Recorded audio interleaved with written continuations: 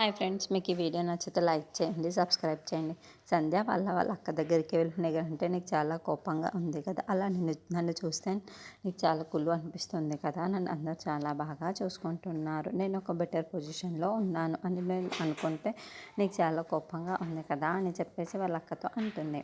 ఆ మాటలు వినగానే అక్కడున్న సత్య మాత్రం ఏంటి చెల్లి ఇలా నన్ను అర్థం చేసుకుంటుంది అని చెప్పేసి చాలా బాధపడుతూ ఉంటుంది.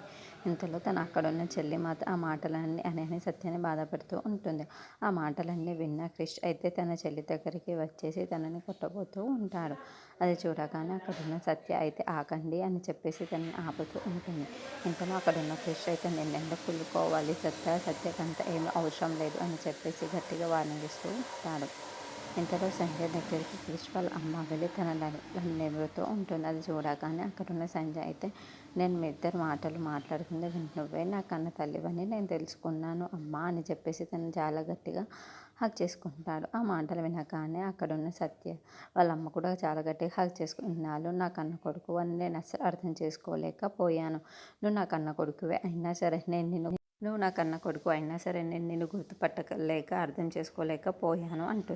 ఇంతలో అక్కడున్న సంజయ్ మాత్రం ఇప్పటికైనా తెలుసుకున్నావు కదా అమ్మ, ఇక కృష్ణ ఇంట్లో నుండి వెళ్ళగొట్టు, నువ్వు ఎలాగైనా సరే ఇంట్లో నుండి కృష్ణ వెళ్ళగొట్టు, ఆ ప్లేస్లో నన్ను రానివమ్మా అని చెప్పేసి అంటూ ఉంటాడు. ఆ మాటలు వినగానే అక్కడున్న వాళ్ళ అమ్మ అయితే ఒక్కసారిగా షాక్ అయిపోయి సరే ఎలాగైనా సరే కృష్ణ ఇంట్లో నుండి పంపించేస్తాను, నువ్వే నా కన్న కొడుకు అని చెప్పేసి అంటుంది.